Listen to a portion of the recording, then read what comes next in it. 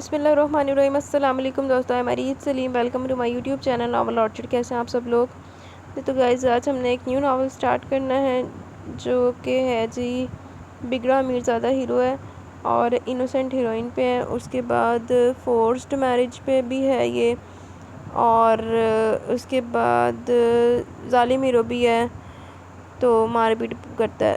ظالم ہیرو ہے لیکن نا ہدایت بیسڈ بھی ہے، ہیرو کو ہدایت آ جائے گی۔ تو کہانی تو میں نے آپ کو ساری پہلے بتا دی، لیکن چلو کوئی نہیں، آپ یہ نہ سوچو کہ ہر کسی کا اینڈ یہ برا ہی کری جا رہی ہے، لیکن میں نہیں کر رہی، رائٹر کر رہی ہیں۔ یہ والا ناول میں نے پڑھا ہوا ہے، یہ والا ناول اچھا ہے، آپ لوگ سنیے گا، آپ لوگوں کو پسند آئے گا، ٹھیک ہے؟ آئیں سٹارٹ کرتے ہیں اپنا ناول، لیکن اس سے پہلے ذرا کمنٹ سیشن کی طرف چلتے ہیں، دین اس کی فرسٹ ایپیسوڈ ریڈ کریں گے۔ جی کمنٹ ہے ملک صبا کا، ناول بہت زیادہ انٹرسٹنگ تھا۔ اچھا، آپ کو اکثر کا کریکٹر بہت پسند ہے؟ جی انوسنٹ تو وہ تھی، ہیرو کا کریکٹر بھی اچھا لگا۔ ہمیرا تو میں نے بھی بڑا زہر لگیا، ہمیرا تو ویسے کتوں کے آگے ڈالنے کے قابل تھی، بس ایسی عورتیں ہوتی ہیں کہ جنہوں نے کوئی نہیں نہ پوچھتا، اپنے آپ تو باہر نہیں رہتی ہیں۔ بس یار کچھ لوگ ہوتے ہیں دنیا میں اپنے آپ کو بڑی توپ چیز سمجھتے ہیں۔ پر جام کا کریکٹر مزے کا تھا، فنی سا، اکثر کے ساتھ وہ ٹھیک تھا، اس کا ساتھ بھی دیتا تھا۔ آہو نے اپنی تحریم نہیں لانی سی۔ اچھا جی، آہو نے کہا کے بعد وہ ایک ملاقات نہیں کرائی، انہیں کنیاں کرائی ہیں۔ اچھا، آپ کو سب سے بیسٹ اس کی اماں جی کا کریکٹر لگا؟ آہو اماں نے اس کو اپنی بیٹی بنا لیا تھا، شیل کی امی نے، جہاں سے سب کو پتہ چلا اکثر شیل کے نکاح کا، وہاں سب سے زیادہ مزے کا تھا۔ ہاں جی، وہاں پہ بھی اچھا تھا ناول۔ ہاں جی، ہمیرا نے تو ویسے ہاتھ بڑا نالے ہوئے سی ہمیرا دے، اینڈنگ بھی اس کی اچھی تھی۔ شارٹ ناول بھی انٹرسٹنگ ہوتے ہیں، ایک ایپیسوڈ میں اینڈ ہو جاتے ہیں یار، یہ تو ہے شارٹ ناول، مجھے بلکہ لانگ ناول کی بجائے زیادہ اچھے شارٹ ناول لگتے ہوتے ہیں، کیونکہ ان کا یہ ہوتا ہے کہ وہ نا اتنا ستاتے نہیں ہیں، مطلب جلدی ہو جاتے ہیں اینڈ، زیادہ 3-4 کا ہو جائے، چلو 5-6 میں ہو جائے اینڈ، وہ جو اتنے بڑے جاتے ہیں نا، جیسے بطائر لاہوتی ٹائپ ہو گئے جو 20 قسطوں میں جا رہے ہیں، تب تو میرے وغیرہ بندی فیڈ اپ ہو جاتی ہے۔ ہاں اگر روز کی ایک قسط پڑھنے والا ہو نا، وہ اور صاحب ہوتا ہے، جیسے بریچ کا ماشاءاللہ کافی لانگ ناول ہوتا ہے، لیکن وہ پڑھنے میں مزہ آتا ہے کہ اس کی سٹوری لائن بھی ہوتی ہے، سارا کچھ ہوتا ہے۔ لیکن نا باقی جو ناول ہوتے ہیں نا، جو مجھے ریکارڈ کرنے پڑتے ہیں، وہ جب 10 تو اتنے قسطیں پڑھ دی ہیں نا، چڑھ ٹپ دی ہیں، میں نے موت نظر آئی جاتی، پتہ نہیں کیوں۔ آمین سم آمین، آپ دعاؤں میں یاد رکھیں۔ NYB وعلیکم السلام، الحمدللہ میں ٹھیک ہوں جی میں نایاب ہوں۔ اچھا نایاب ہی ہیں آپ، دیکھیں میں نے آپ کو پہچان لیا۔ وہ بھائی عادت کرنے گیا سی، وہ عشقم شکر ڈان گیا سی، نین مٹکا کرنے گیا تھا۔ فسادن عورت نو ڈاؤٹ ہر جگہ پہ پائی جاتی ہے، پھر جام کو شہل، ہاں جی میں نے بھی پہلی دفعہ سے پڑھا اس ناول میں نا۔ برگر تو بھی کوئی اتلی شے ہے، زنگر برگر ٹائپ بوائے سی ہے۔ اماں نے کچھ کہہ تو تے رونا پٹنا پا لیا، صبح حالی تے ٹسوے بہا لیتے، ابا نے کچھ کہہ دیتے تے رو کے ناس مار ناک منہ ایک کر لیا۔ آہو کس کی بھابھی کو 2 تھپڑوں کی ضرورت ہے؟ ہو سکتا ہے، لیکن نہیں، وہ آگے کہہ رہے تھے کہ نہیں، اس کو نہیں پتا تھا پہلے۔ بہت بڑی ڈرامے باز ہے چچی جی، ساری چچیاں ایسی ہوتی ہیں، میری بھی چچی ایسی ہیں۔ یہ آپ کی چاچی نے پڑھ لیا، یہ سن لیا نا تو چنگا نہیں ہونا، تو میں کوئی کمنٹ نہیں کروں گی، کیونکہ آہو پھر سمجھ جاؤ۔ اچھا جی، آہو یار کوئی بہت ہی ممی ڈیڈی شریف آدمی سی ہے، شریف کی بزدل آدمی سی۔ دیکھ میرے پاپا اب کہتے ہیں کہ پتہ نہیں اللہ کس کے نصیب سے ہمیں دیتا ہے، اور کوئی بھی اپنے گھر آئے تو اس سے کچھ کھلانے بغیر نہ بھیجو۔ جی یہ تو ٹھیک ہے، ہر بندہ جو بھی آتا ہے وہ اپنا رزق خود لے کے آتا ہے، ہم لوگ کیا کر سکتے ہیں؟ ہمیں اگر اللہ نے دینے والا بنایا تو ہمیں اس کو ضرور دینا چاہیے، کسی کی ہیلپ کرنی چاہیے، اور اللہ پاک سے یہ دعا ہے کہ اللہ پاک ہم سب کو دینے والا رکھے، لینے والوں میں سے کبھی شامل نہ کرے۔ آہو واقعی یہاں تو گل صحیح ہے، ایک کرنا تو ایک دوجی کوڑی، دونوں پاگل زمانے دے تے ہور کی معافی پائی نہیں، رونا پٹنا وکھرا پائی رکھے، رو کے ناک منہ ایک کر لیتا۔ اچھا جی، آپ کو پسند ہے، واقعی آپ نے صحیح کہا، یہ برگر ہیرو بیسڈ بھی تھا اور روندو ہیرو بیسڈ زیادہ کہہ سکتے ہیں۔ یہ کتنی اچھی کیٹیگری بتائی ہے آپ نے اس کی۔ میری ایک فرمائش پوری کر دو، سر اسٹوڈنٹ بیسڈ ناول اپلوڈ کر دو پلیز، اللہ حافظ۔ اچھا یار میں کوشش کروں گی، ڈھونڈوں گی، اگر مجھے ٹیچر اسٹوڈنٹ بیسڈ کوئی ناول مل گیا تو انشاءاللہ ضرور اپلوڈ کریں گے، اللہ حافظ۔ اس تو بعد حسن ساجد، نائس ناول، آپ کمنٹس بہت اچھے ہوتے ہیں، تھینک یو۔ اچھا وانیہ خان، انٹرسٹنگ ناول، اچھا پچھلے والا کہہ رہی ہیں آپ؟ سائرہ ریاض، وعلیکم السلام، میں بھی آپ کی ناول مسلسل ریڈ کرتی ہوں بٹ کمنٹ فرسٹ ٹائم کر رہی ہوں۔ اچھا جی، تھینک یو، آپ مسلسل ریڈ کرتی ہیں، آپ ایسے ہی کمنٹ کرتی رہا کریں. ایسے ناول زیادہ اچھے نہیں ہوتے جو 2-3 ایپیسوڈ میں کمپلیٹ ہو جائیں. نہیں یار، اچھے ہوتے ہیں. ہر ناول کی اپنی اپنی ہوتی ہے. مطلب کچھ ناول شارٹلی ہی وہ سارا کور ہو جاتا ہے تو مجھے تو اچھے لگتے ہیں. باقی اگر آپ کو ایک آدھا نہیں پسند آیا تو ہوپ سو آپ کو نیکسٹ کوئی پسند آ جائے. اسما دیل so sweet episode, thank you. خدا شفیق، انٹرسٹنگ ناول، بہت اچھا لگ رہا ہے. یہ آپ کے پچھلے ناول ریڈ نہیں کیا، اس کے بعد وہ بھی کروں گی بیکاز میں بہت بیزی تھی. تھیسس میں جیسے فری ہوتی ہوں آپ کے ناول سن لیتی. تتلیوں کو چھو کر کب ریڈ کریں گی؟ بہت پہلے کہا تھا. رخ چودھری ناول پلیز پیاری سس. اچھا میں اس کو کھول کے دیکھتی ہوں، اگر تو یہ شارٹ ہے تو اس کو بھی رکھ لیتے ہیں اسی منتھ میں.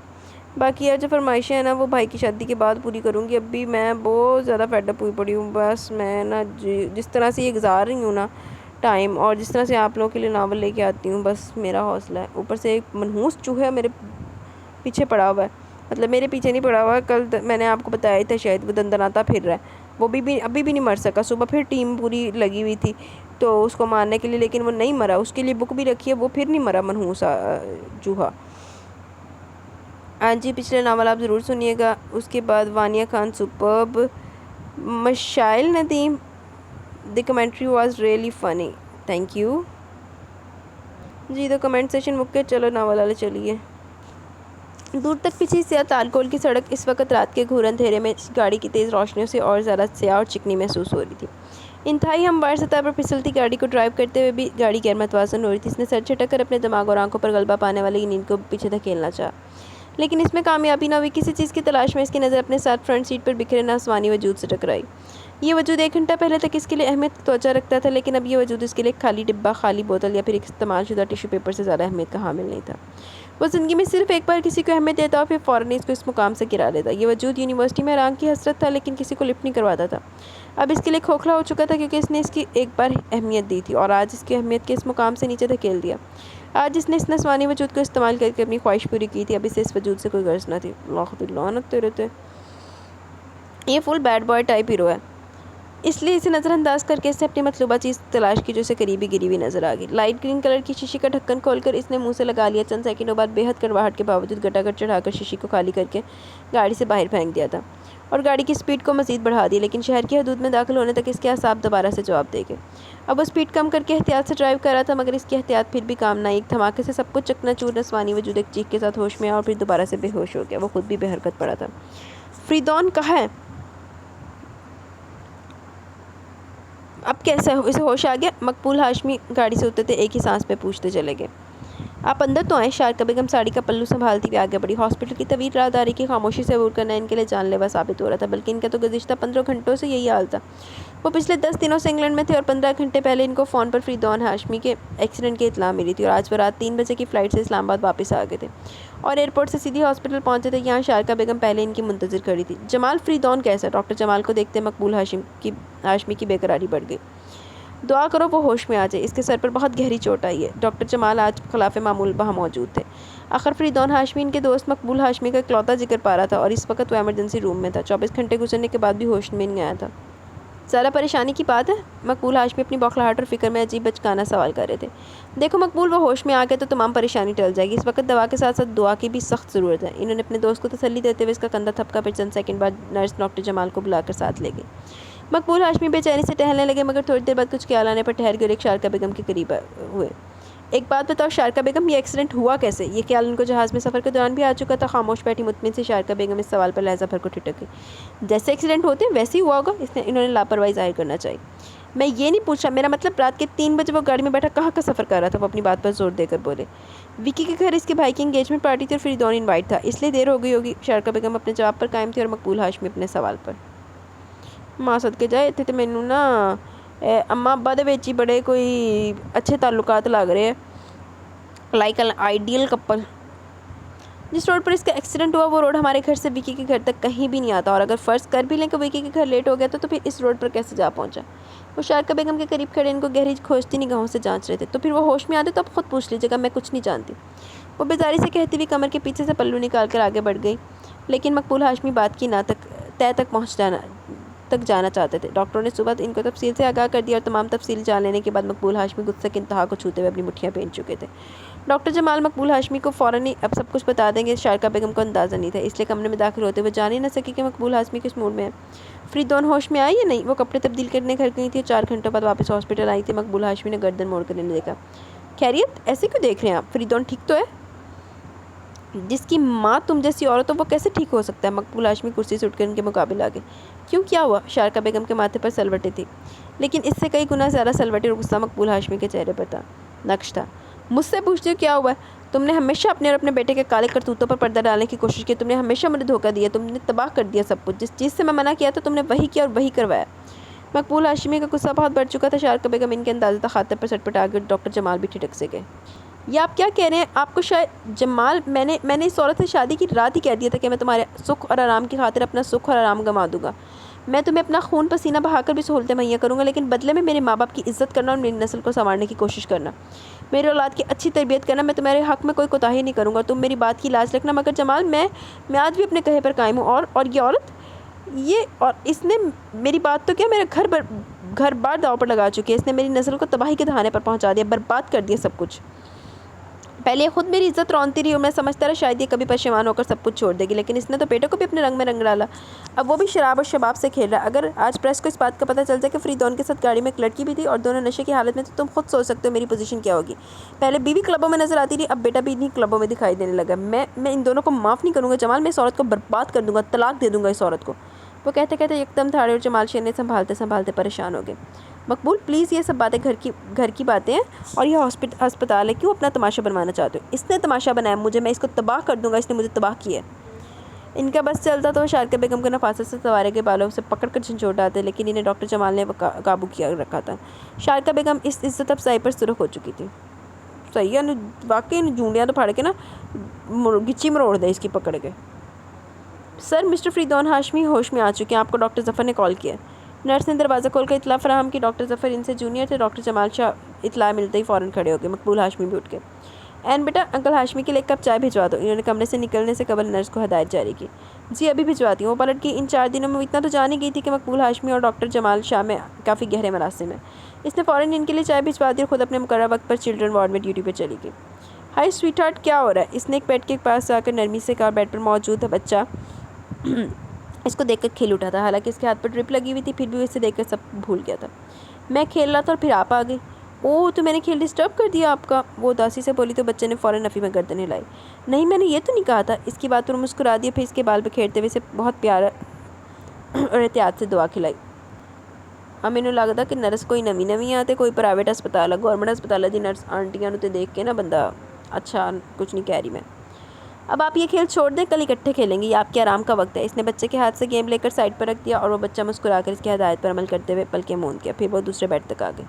ہیلو بیبی، آج آپ چپ کیوں؟ اس نے دوسرے بچے کا گال تھپکا. آج میری ممی نہیں آئی، آج پاپا آئے، وہ میرے پاس رکیں گے. بچے نے اپنی افسردگی کی وجہ بیان کی. تو اس میں اتنی اداسی کی کیا بات ہے؟ پاپا تو اتنے اچھے ہوتے ہیں، تمہیں پتہ ہے نا. پاپا ہی کپڑے اور چاکلیٹس لے کر آتے ہیں، آخر اتنا پیار کرتے ہیں وہ. لیکن وہ ممی کی طرح کہانی نہیں سناتے. بچے نے جواز پیش کیا. تم جو کہانی ممی سے سنتے ہو کیا وہ یاد بھی رکھتے ہو؟ اس کے سوال پر بچے نے فوراً اس بات میں گردن ہلا دی. تو پھر یوں کیا کرو کہ تم کہانی اپنے پاپا کو سنایا کرو تاکہ ان کا وقت اچھا گزر جائے. آج انہیں کہانی سنانی ہے، اوکے. بچے نے سر ہلا دیا. وہ بچے کو دوا کھلا کر پلٹی تو ٹھٹک گئی. قدم تھم کے سامنے اس کا باپ کھڑا تھا اور مسکرا رہا تھا. آپ کو ایک نرس نہیں، ایک ٹیچر ہونا چاہیے تھا، کیونکہ کوالٹیز آپ میں بدرجہ اتم موجود ہیں. آپ ایک بہت اچھی لیکچرر ہو سکتی ہیں. وہ آدمی سے سراہتی ہوئی توصیفی نظروں سے دیکھ رہا تھا. آپ اپنے بچے کے قریب رہنا اور اس کو پیار دینا سیکھیں. آپ ایک بہت اچھے باپ ہو سکتے ہیں، ورنہ بصورت دیگر آپ کا بچہ کبھی بھی آپ کے لیے ایک اچھا بیٹا ثابت نہیں ہوگا. اینڈ تھینک یو سو مچ. وہ کہہ کے چلی گئی. وہ آدمی وہیں کھڑا بس دیکھتا رہ گیا. اینڈ تمہیں ڈاکٹر رخسانہ بلا رہی ہیں. ایک ایمرجنسی کیس ہے، آپریشن ہے. ایک دوسری جونیئر نرس نے اسے راستے میں بتا دیا. وہ فوراً تیزی سے آپریشن تھیٹر کی طرف آئی. ڈاکٹر رخسانہ جمال آپریشن کے لیے بالکل تیار تھی. عین الحق بیٹا، کہاں ہو؟ نماز کا وقت گزر رہا ہے. عظیم نے آہستگی سے آواز دی. آ رہی ہوں بابا، صرف 1 منٹ. وہ کچن سے ہی جواب دے رہی تھی اور ٹھیک 1 منٹ میں وہ ان کے سامنے تھی. آئیے اب وضو کر لیں. وہ ان کی ویل چیئر دھکیلتی ہوئی باہر لے آئی اور ہمیشہ کی طرح ان کو وضو کروا کے بستر پر بٹھا گئی. جب وہ اپنی معذوری کے باعث بیٹھ کے اللہ کے حضور سجدہ کرتے تھے، جب وہ نماز سے فارغ ہوئے، وہ بھی نماز ادا کر کے چائے بنا چکی تھی اور دونوں کپ لے کر ان کے کمرے میں آ گئی. آج آپ خوش لگتے ہیں. وہ ان کے چہرے پر چھایا خوشی کا ہلکا سا عکس بآسانی دیکھ سکتی تھی. وہ دونوں باپ بیٹی ایک دوسرے کے تاثرات جاننے میں ماہر ہو چکے تھے. وہ گھر میں داخل ہوتے خوشی کا سایہ دیکھ چکی تھی، لیکن استفسار ذرا دیر سے کر رہی تھی. زبیدہ آپا کے یہاں آئلہ کا فون آیا تھا. وہ اپنی ساس کے ساتھ کل آ رہی ہے اور اس کی ساس کسی پرپوزل کا بھی کہنے آ رہی ہیں.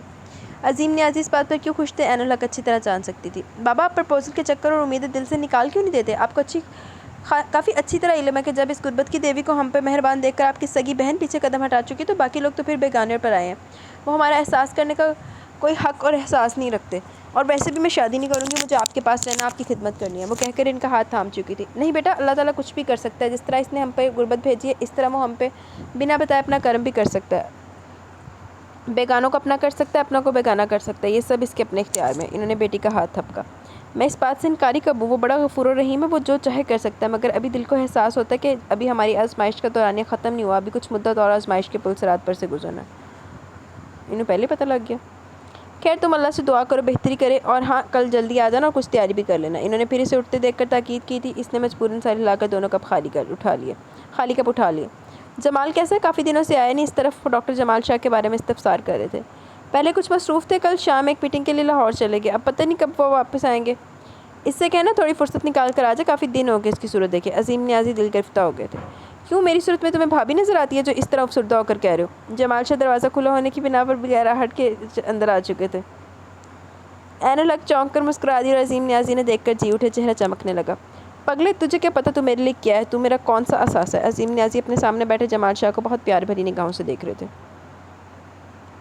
آج بتا ہی دو کہ میں تمہارا کون سا اثاثہ ہوں؟ جمال شاہ فریش موڈ میں تھے۔ عین الحق کو دونوں کی باتوں میں دلچسپی محسوس ہوئی۔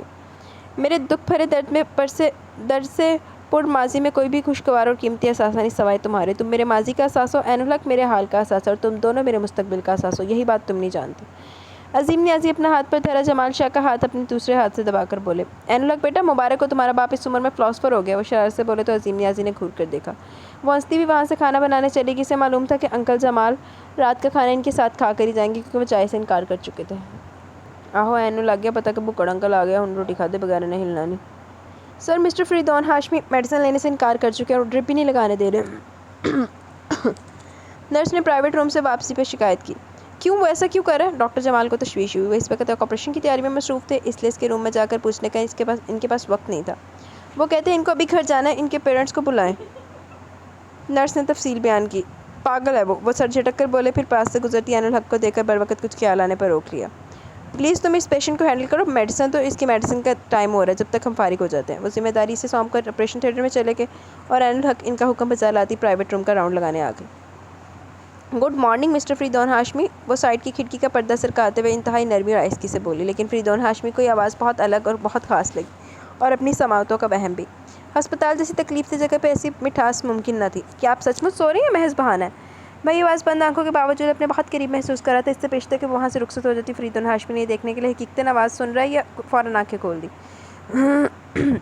وہ جیتے جاگتے منظر کی طرح جیتی جاگتی موجود تھی۔ خوبصورت پرکشش موٹی موٹی براؤن آنکھیں فریدون ہاشمی کو ایک لمحے کو مبہوت سا کر گئیں۔ وہ اسے آنکھیں کھولتے دیکھ کر پیچھے ہٹ گئی تھی۔ وہ تھوڑا دور ہٹی تو فریدون نے اسے سرتا پا دیکھا اور یہ جاننے میں دیر نہ لگی کہ وہ ایک نرس ہے، کیونکہ اس کا یونیفارم اس بات کا خود ثبوت پیش کر رہا تھا۔ ڈرپ پہلے تیار رکھی تھی۔ عین الحق نے بازو سے کپڑا ہٹا کر سرنج انجیکٹ کر دی، لیکن اس کی محویت ہوس تھی، اب وہ اسے میڈیسن دینا چاہتی تھی۔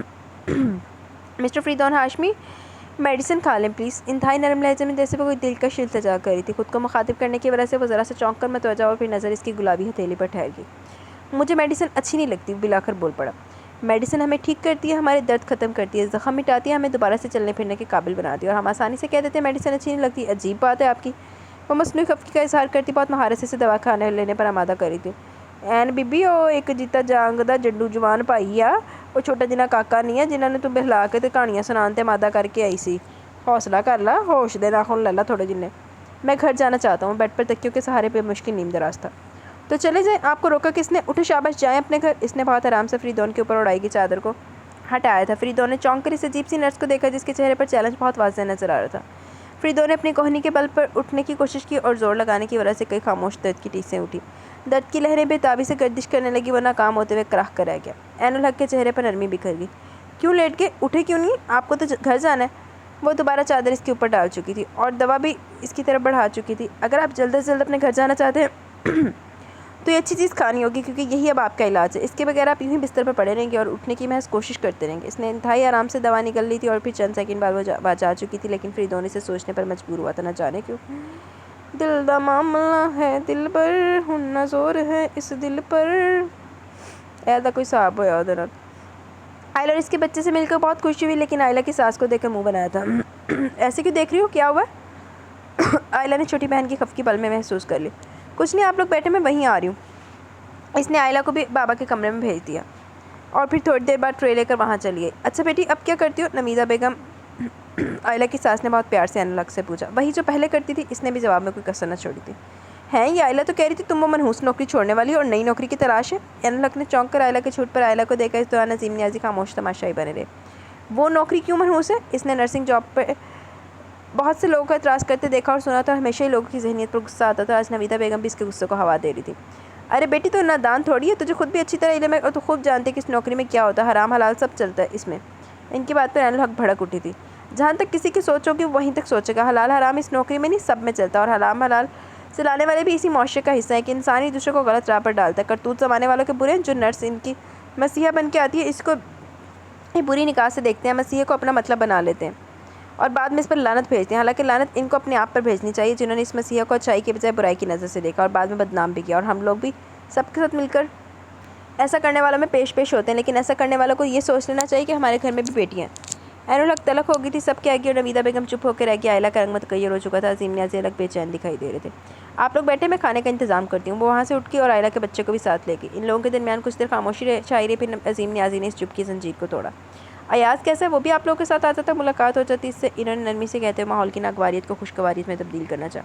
وہ فارغ نہیں ہوتا، دن رات کام کرتا ہے، گھر بار چلاتا ہے، سوچ ہنڈریڈ ہے اس کی جان کو۔ لوگوں نے تو نوکریوں کو فیشن بنا لیا، حرام حلال کا فرق ہی نہیں ہے۔ ہمارے گھر کو دیکھو، ہر کوئی حق حلال کا مارا ہے۔ نوکری کرتے اچھے برے کا خیال تو رکھنا چاہیے۔ نمیدہ بیگم کو ابھی تک انل حق کا سخت لہجہ چبھ رہا تھا۔ وہ دل کی بھڑاس نکالے بغیر جانے والی نہیں تھی، اور اگر چلی بھی جاتی تو یہ بھڑاس آئلہ پر نکالے بنا تو تیسرا راستہ ہی نہ تھا ان کے پاس۔ بہن جی، حق حلال تو ہر کوئی کما رہا ہے، کسی کا بھی اتنی آسانی سے حرام کھانے کو دل نہیں چاہتا۔ کچھ شیطان کی کارستانی ہوتی ہے اور کچھ اپنے ہارے نفس کی کمزوری، مگر اللہ کا شکر ہے کہ اس نے ہمیں حلال کا نوالا دیا ہوا ہے، اور ہمیں دعا کرنی چاہیے کہ اللہ یہ نوالا سب کو نصیب کرے۔ عظیم نیازی انتہائی تحمل پسند اور بردبار طبیعت کے مالک تھے، کڑی سے کڑی بات کو بھی بہت آسانی اور روانی سے درگزر کر دیتے تھے۔ بابا، وہ آنٹی آپ سے انل حق کے لیے بات کرنے آئی تھی۔ آئلہ نے دوسرے مسئلوں کو زیادہ گمبھیر ہوتے دیکھا تو فوراً مطلب کی بات چھیڑ دی۔ نویدہ بیگم نے تیوری چڑھا کر بے نیاری سے پہلو بدلا۔ بھائی صاحب، میں تو اس لیے بات کرنے آئی تھی کہ آپ کی بیٹی یہ نرسوں والے 2 ٹکے کی نوکری چھوڑ چکی ہے، اور میری بہن اپنے بیٹے کے لیے کسی مناسب لڑکی کی تلاش میں، اس لیے سوچا کہ اس کی تلاش ختم کر دیتی ہوں اور آپ کا بوجھ کم کر دیتی ہوں۔ لیکن آپ کی بیٹی کو تو لگتا ہے اس نوکری میں کچھ زیادہ ہی گھل مل گئی ہے، چھوڑنے کا نام ہی نہیں لے رہی۔ وہ بہت ناپ تول کے بول رہی تھی۔ عظیم نیازی کو چند الفاظ ان کی بات کے دوران بہت کڑا گزرے، مگر بڑی بیٹی آئلہ کی وجہ سے ان کو زبان بند رکھنی پڑی۔ آخر وہ ان کی بیٹی کی ساس اور داماد کی ماں تھی۔ آنٹی، وہ بہت جلد جاب چھوڑ دے گی، شادی کے لیے تو اس نے جاب چھوڑنی ہے۔ آئلہ نے مداخلت کر کے بات کو سنبھالنے کی کوشش کی۔ وہ اس پرپوزل کو جانے نہیں دینا چاہتی تھی۔ ارے نہ بہو، میں نہ لوں یہ رسک، میری بہن کو بھی معلوم نہیں کہ لڑکی نرس ہے، ورنہ وہ بات چھیڑنے کا ہرگز نہ کہتی ہو۔ تمہاری بہن تو بات بھی نہیں کرنے دے رہی۔ نویدہ بیگم کانوں کو ہاتھ لگا چکی تھی اور عظیم نیازی لب بھیج کر آئے گی۔ کھانا کھانے کے بعد وہ لوگ چلے گئے۔ روٹی ڈپھنتے آئیں سی۔ آئلہ تو رکنا چاہتی تھی، لیکن ساس صاحبہ کے تیور کچھ ٹھیک نہ دیکھ کر اسے جانا پڑا۔ پلیز بابا، کیوں پریشان ہوتے ہیں؟ آپ کو اسی لیے کہتی ہوں فضول مسئلوں پر سوچنا چھوڑ دیں۔ وہ ان کے بستر پر آ بیٹھی اور ان کے دونوں ہاتھ پکڑ کر نرمی سے کہہ رہی تھی، یہ فضول مسئلہ نہیں ہے میری جان، تم خود سوچو، میں ایک بیمار انسان ہوں، کسی وقت کچھ بھی ہو سکتا ہے، زندگی کی ڈور انسان کے ہاتھ سے کب چھوٹ جائے انسان نہیں جان سکتا، اس لیے سوچتا ہوں میرے ہاتھ سے ڈور چھوٹنے سے قبل ہی تم محفوظ ہاتھوں میں چلی جائے۔ تجھے میں اپنی آنکھوں سے رخصت ہوتے دیکھوں گا تو سکون آ جائے گا۔ ان کی اتنی شفاف بات پر اس کے دل پر چوٹ تو پڑی، لیکن اس نے پلکوں کو نم نہیں ہونے دیا۔ اگر وہ اس کو روتے دیکھ لیتے تو دکھی بھی ہوتے اور سرزنش بھی کرتے۔ انہوں نے آج تک انل حق اور آئلہ کو رونے نہیں دیا تھا۔ ان کے خیال میں کمزور لوگ روتے ہیں اور بہادر لوگ ڈٹ کر ہر چیز کا مقابلہ کرتے ہیں اور صرف اللہ سے مدد اور اس کا کرم مانگتے ہیں۔ انل حق بھی اس وقت روئی تھی جب ماں کی ڈیتھ ہوئی تھی، جب باپ معذور ہوا تھا، جب آئلہ رخصت ہوئی تھی۔ وہ صرف اپنی مژگان ہی نم کر سکی تھی، چم چم نیر نہیں بہائے تھے، کیونکہ آنسو اس کے بابا کو اچھے نہیں لگتے تھے۔ بابا، یہ زمانہ بہت شفاق ہے، یہاں کسی کو حسب خواہش نہیں ملتا۔ ہاں، وہ ضرور ملتا ہے جس کی خواہش نہیں ہوتی۔ اس کا لہجہ پھیکا تھا۔ مایوس نہیں ہوتے بیٹا، اللہ بہتر کرے گا۔ انہوں نے بیٹی کو دلاسا دیا اور سمجھانے لگے، یہی تو ان دونوں باپ بیٹی کی خوبی تھی، ایک حوصلہ ہارنے لگتا، ہمت کا دامن چھوڑنے لگتا تو دوسرا دوبارہ سے ہمت باندھا دیتا تھا۔ کمزور پڑنے والا دوبارہ سے مضبوط اور پرعزم ہو جاتا تھا۔ انل حق سر ہلا کر وہاں سے اٹھ کھڑی ہوئی۔ وہ پورے 5 دن بعد اس نرس کو دوبارہ اپنے کمرے میں دیکھ رہا تھا۔ ان 5 دنوں میں ایک بار بھی اسے نرس کا خیال نہیں آیا۔ حالانکہ جس روز اس نے اس نرس کو دیکھا تھا، اس روز دیر تک اسے سوچا، لیکن اگلے دن اسے اکثر بھلا اور اس کے زخموں کی ڈریسنگ کرنے آئی تھی۔ How are you mister Faridoon Hashmi? بالکل پروفیشنل انداز تھا اس کا، تاکہ اسے باتوں میں الجھا کر وہ بینڈیج کر دے۔ آپ کو میرا حال پوچھنے کی کوئی ضرورت نہیں، صرف فارمیلٹی بھی مت نبھائیں۔ آپ کو میری بینڈیج کرنی ہے سو کر لیں، وہ لاپرواہی سے بولا۔ انل حق ذرا سے چونکی پھر مسکرا دی۔ کافی ذہین لگتے ہیں۔ اس نے ذرا سا جھک کر فریدون کی بازو کی ڈریسنگ کھول کر دوبارہ سے کرنی شروع کر دی. آپ کافی گڈ لکنگ ہے اور چارمنگ بھی. اپنے فطرت کے مطابق اپنے دل و دماغ میں ابھرنے والی بات کو دبا نہیں سکا تھا, اس لیے برملا کہہ دیا. لیکن عین الحق کو بہت ناگوار گزرا اور ٹھٹکی. اس کا ہاتھ بھی رکا, پھر اس نے سر چھڑکا اور اپنے کام پر دوبارہ توجہ دی. وہ فریدون ہاشمی کے اتنے قریب ہونے پر اس کی بے باک آنکھوں کے پرتپش حصار کو بآسانی محسوس کر رہی تھی اور جلد وہاں سے ہٹ جانا چاہتی تھی اور دوبارہ کبھی بھی اس روم میں آنا نہیں چاہتی تھی. فریدون اس کی پلکوں پر نگاہیں جما کے رہ گیا. اس کی جھکی پلکیں بےحد گھنیری, لمبی اور مڑی ہوئی ہونے کی وجہ سے بےحد دلکش لگ رہی تھی. بے اختیار ان کو چھو لینے کی خواہش دل میں چلم لے بیٹھی اور اپنے دائیں ہاتھ کو حرکت دے بیٹھا, لیکن انگلیوں کو گھنیری پلکوں تک رسائی حاصل نہ ہو سکی. اس کی اس حرکت سے قبل ہی دروازہ کھلا اور فریدون کا ہاتھ فوراً ہی پہلو میں آ گرا. تب تک وہ بینڈیج کر کے سیدھی ہو چکی تھی. سامنے مقبول ہاشمی کھڑے تھے. جمال راؤنڈ پر آیا تھا؟ اس نے بیٹے سے دریافت کیا. نو, وہ مختصر کہہ کر خاموش ہو گیا. اچھا, پھر میں اس سے بات کر کے آتا ہوں. وہ دوبارہ پلٹ گیا. فریدون نے عین الحق کے چہرے پر واضح ناگواری محسوس کی. وہ اب کافی تیزی سے ہاتھ چلا رہی تھی. کیا آپ کا نام جان سکتا ہوں؟ اس نے ٹھہرے ہوئے پرسکون انداز میں دریافت کیا. سب لوگ سسٹر کہہ کر مخاطب کرتے ہیں. وہ اس کے لیے ٹیبلٹ نکال رہی تھی. جواباً لفظ چبا کر بولی. میں آپ کا پروفیشنل نام نہیں, آپ کا اصل اور ذاتی نام پوچھ رہا ہوں. وہ یوں اتنے پرسکون انداز میں پوچھ رہا تھا جیسے وہ اس کو بآسانی بتا دے گی. مسٹر فریدون ہاشمی, ہمارے کام میں نام کی کوئی اہمیت نہیں ہوتی. ہمارا کام صرف خدمت کرنا, اور جو بھی نرس یا سسٹر کہہ کر پکارے فوراً اس کی خدمت میں حاضر ہو جاتا ہے, کیونکہ یہی ہمارا کام ہے اور یہی ہمارا نام ہوتا ہے. وہ یہ کہہ کر اطمینان سے مڑی. تب تک فریدون کے 3 عدد فرینڈ حارث, سائم اور وکی اندر داخل ہو چکے تھے. تینوں نے بیک وقت عین الحق کو دیکھا. اوہ! سائم نے فریدون کو مانی کی اس نظروں سے دیکھ کر ہونٹ سکیڑے اور اپنے او کو کچھ لمبا کھینچا. باہر نکلتی عین الحق کے بدن میں شعلے سے لپک گئے. فریدون ہاشمی اپنے ہلکا حباب میں بے حد نمایاں مقام رکھتا تھا. اس کے دوست اور قریبی جاننے والے اسے اپنی تمام بری عادات کی وجہ سے استاد مانتے تھے, کیونکہ اپر کلاس میں اس وقت اس جیسا ضدی, نکچڑا, خوبصورت, اکلوتا اور ساتھ ہی بگڑا ہوا کوئی دوسرا امیرزادہ نہیں تھا, اور اگر تھے بھی تو اس کے مقابلے کے ہرگز نہ تھے. یہی وجہ تھی کہ وہ یونیورسٹی اور صنف نازک میں زیادہ پاپولر تھا. لڑکیاں اس کی طرف راغب نظر آتی اور وہ اس بات سے بھرپور فائدہ اٹھاتا تھا. اپنی 24 سالہ زندگی میں اب تک وہ کتنے شکار کر چکا تھا. وہ لڑکیاں اس کے سامنے اپنا سب کچھ ہار کر بھی بے پناہ خوش ہوتی تھی, لیکن فریدون آج تک خود کو کبھی کسی کے آگے نہیں ہارا تھا. اسی بات پر وہ فخر کرتا تو اس کے فرینڈز اس کی اتنی خوش قسمتی پر رشک کرتے تھے کہ وہ ماں باپ کا اکلوتا بیٹا, تنہا جائیداد کا وارث, پھر خوبصورتی اور ذہانت اور تعلیم, سب سے بڑی بات کہ لڑکیوں کی والہانہ توجہ کا مرکز بھی تھا. یہی محرکات فریدون ہاشمی کو ضدی ہٹ دھرم بنانے کے ساتھ ساتھ اسے 7ویں آسمان پر بٹھا چکے تھے, اور خود پر ناز کرتا تھا. اسے اپنے سامنے کسی کے منہ سے نہیں سننے سے بہت چڑ تھی. دور فٹے منہ تیرے تھے, ایڈا بگڑے ہوئے تھے, پھر انہیں نہیں نے کام خراب کرنا. فریدون ڈسچارج ہو کے گھر سے آ رہا تھا تو راہداری میں عین الحق کو دیکھ کر پکار لیا. Hello nurse. سسٹر کہندے ہوئے تھے موت پہندی سی فریدون نے. اس نے سائڈ پر مڑتی عین الحق کو متوجہ کیا. وہ چونک کر رک گئی. آج وہ فریدون ہاشمی کو پورے قد سے کھڑا دیکھ رہی تھی. البتہ بہت فریش نہیں تھا, مگر پہلے کی بنسبت کچھ بہتر نظر آ رہا تھا. یس, وہ اسے سوالیہ نظروں سے دیکھنے لگی, کیونکہ وہ جانتی تھی فریدون ہاشمی اس وقت کافی ضبط کیے کھڑا, کیونکہ اس کی ٹانگ ابھی بھی پوری طرح ٹھیک نہیں ہوئی تھی. میں آج گھر جا رہا ہوں. اس نے عجیب بےتکی سی بات کی. تو عین الحق کا انداز و نبات لہجہ ابھی بھی نہ بدلا. آپ کا نام؟ وہ آج بہت دنوں بعد وہی بات دہرا رہا تھا جس کا جواب عین الحق گول کر کے چلی گئی تھی. سسٹر یا پھر نرس, وہ کہہ کر شانے اچکا گئی. وہ اسے دیکھ کر مسکرایا. لیکن میں تو کچھ اور کہنا چاہتا ہوں. عورت کو کچھ اور کہنے اور پکارنے کا حق صرف ایک مرد کو ہوتا ہے, اور وہ مرد اس کا شوہر ہوتا ہے. اس لیے آپ میرے شوہر ہرگز نہیں ہیں, اور میں آپ کو کچھ اور کہنے کا حق کبھی نہیں دے سکتی. وہ کہہ کر مڑ گئی تھی, کیونکہ وہ فریدون کے عقب سے ڈاکٹر جمال شاہ اور ڈاکٹر ظفر اور مقبول ہاشمی کو آتے ہوئے دیکھ چکی تھی. وہ حیرت سے کھڑا الجھن کا شکار تھا. وہ لوگ قریب آ گئے. چلو بیٹا باہر, گاڑی تیار ہے, تم یہاں اکیلے کیوں کھڑے ہو؟ ڈاکٹر جمال شاہ فریدون کی صحتیابی پر کافی خوش نظر آ رہے تھے, اور باہر گاڑی تک ان کو چھوڑنے آئے. مقبول ہاشمی بھی ہسپتال سے آزاد ہونے پر اللہ کا شکر ادا کر رہے تھے, مگر فریدون کا ذہن نہ جانے کہ ہسپتال میں اٹکا رہ گیا. ہن فریدون صاحب دا اتھے اٹکیا رہنا. فریدون صاحب نے نا جیڑی اپنی بغیرتی دے چرچے کرنے ہیں نا, وہ ہلے ہسپتال دے وچ ہی کرنے انہیں. عظیم نیازی اور جمال شاہ کی دوستی 8ویں کلاس سے چلی آ رہی تھی. دونوں ایک ہی ایریے کے رہنے والے تھے. دونوں کا خواب بھی ایک ہی تھا, یعنی ڈاکٹر بننا. فرق صرف تھا کہ عظیم نیازی مڈل کلاس سے تعلق رکھتے تھے, اور جمال شاہ کافی امیر غریبی فیملی کے چشم و چراغ تھے. لیکن پھر بھی عظیم نیازی کے والد نے دن رات ایک کر کے بیٹے کو تعلیم دلوانا شروع کر دی, اور میڈیکل کی اسٹڈی کے لیے جمال شاہ کی طرح عظیم نیازی کو بھی ہاسٹل بھجوا دیا, تاکہ وہ بھی دوسرے اسٹوڈنٹس کی طرح پوری یکسوئی سے پڑھ سکے. لیکن ان کے نصیب میں یہ تعلیم نہیں لکھی تھی. اس خواب و تعلیم کو ادھورا رہنا تھا, سو ادھورا رہا. عظیم نیازی پیپرز کی تیاریوں میں تھے جب باپ کی ڈیتھ کی ہولناک خبر ان کو دہلا گئی. ان کو اپنا خواب ادھورا چھوڑ کے گھر واپس آنا پڑا, اور 3 بہنوں کا اکلوتا بھائی ہونے کے ناطے ساری ذمہ داری چھوٹی سی عمر میں ان کے کندھوں پر آ گئی. باپ کے بعد روزگار کی تلاش میں جگہ جگہ دھکے کھانا پڑے. کچھ حالات سنبھلے تو بھاری بھاری بہنوں کے فرض ادا کرنے میں لگ گئے. ماں نے بہنوں کے بعد بہو بھی لانا چاہی, لیکن وہ بھی اپنے آپ کو اور اپنے گھر کے حالات کو شادی کے قابل نہیں سمجھتے تھے. مسلسل انکار کرتے رہے, مگر ماں کی بیماری نے ان کو فیصلے پر بھی مجبور کر دیا. شادی کے فوراً بعد ہی ماں بھی چل بسی. وہ اپنی نوکری سے بھی محروم ہو گئے. وہ دوبارہ نوکری کی تلاش میں تھے, اور پھر ان کو اسلام آباد میں ایک چھوٹی موٹی نوکری مل گئی. وہ لاہور سے اپنا مکان بیچ کر اسلام آباد آ گئے تھے. آ گئے تھے پہلے آئلہ اور پھر عین الحق کی آمد نے ان کو تھوڑا پرسکون اور کچھ نرم مزاج کر دیا۔ وہ گزشتہ زندگی کی سب بھاگ دوڑ پس پش ڈال کر ساری تھکن اور دھورے خوابوں کی چبھن بھلا کر اپنی بیٹیوں کی اچھی پرورش میں مگن ہو گئے۔ ایک دو بار انہوں نے جمال شاہ سے رابطہ کرنے کی کوشش کی مگر ناکامی ہوئی۔ معلوم ہوا کہ جمال شاہ اسپیشلائزیشن کرنے امریکہ چلے گئے۔ ان کی بیوی بہت اچھی تھی اور بیٹیوں میں تو وہ اپنی جان سمجھتے تھے۔ عائلہ کو اردو ادب میں ماسٹر کرنے کا شوق تھا، انہوں نے اس کا شوق پورا کر دیا۔ عین الحق کو ایک ڈاکٹر کے روپ میں دیکھتے تھے، اس لیے میٹرک کے بعد اسے ایف ایس سی میں داخلہ دلوا دیا۔ وہ بھی اپنے بابا کا خواب پورا کرنے کے لیے بہت پرجوش تھی، لیکن قسمت نے ایک بار پھر عظیم نیازی کو امتحان میں ناکام کر دیا۔ ایک روز ایکسیڈنٹ میں بیوی کی زندگی کھونے کے ساتھ ساتھ وہ اپنی ٹانگیں بھی کھو بیٹھے تھے۔ یہ حادثہ عائلہ اور عین الحق کے لیے جان لیوا تھا، مگر باپ کی بہادرانہ تربیت نے ان کو حوصلہ نہیں ہارنے دیا۔ ماں کو موت کو گھٹ گھٹ کر روتے ہوئے قبول کیا اور اتنے سنگین حالات میں باپ کو سہارا دیا۔ عائلہ کی نسبت اپنی پھپھی جات سے 1 سال پہلے طے ہو چکی تھی، لیکن اس حادثے کے بعد ان لوگوں نے فوراً ہی آنکھیں پھیر لیں۔ پھپھی نے بغیر بتائے اپنے بیٹے کی شادی کسی دوسری جگہ کر دی اور بھائی کے سامنے بہانہ کر دیا کہ بیٹا اپنی پسند سے بیوی لے۔ عظیم نیازی خاموش ہو کے لگے۔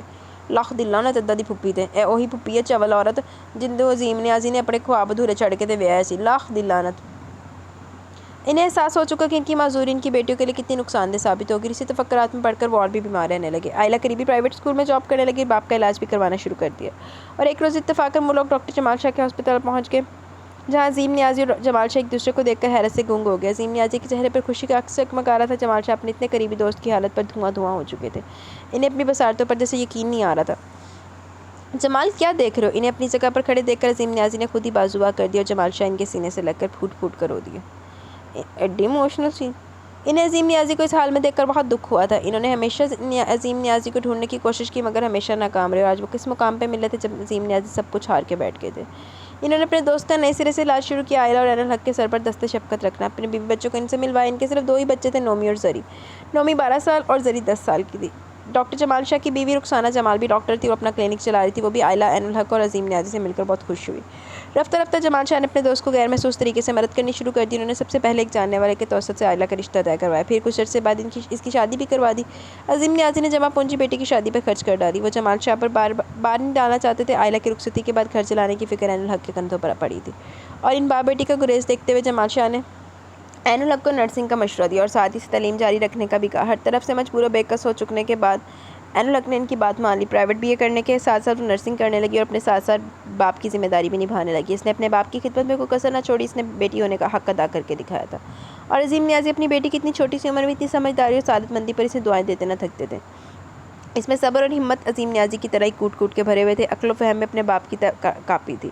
عظیم نیازی کو بھی اپنی چھوٹی بیٹی سے بے پناہ محبت تھی۔ وہ جلد از جلد اس کو اپنے گھر بار کا کر دینا چاہتے تھے، مگر بہت سے لوگوں کو عین الحق کی جاب پر اعتراض تھا۔ پہلے بھی وہ 2 پروپوزل اسی وجہ سے لوٹ کر جا چکے تھے۔ عین الحق کے لوگوں کی نرسنگ کے خلاف بات پر آگ لگ جاتی تھی۔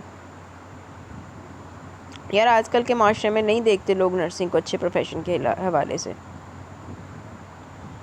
رکو فریدون، کہاں جا رہے ہو؟ اس کو اچانک سیڑھیاں اتر کر کوریڈور کی سمت بڑھتے دیکھ کر شارکا بیگم چونکی، تبھی لاؤنج کے صوفے سے اٹھ کر ان کے سامنے آ گئی۔ وائی؟ وہ ماں کو اس طرح اپنے سامنے دیکھ کر الجھ کر ناگوار بھی گزرا۔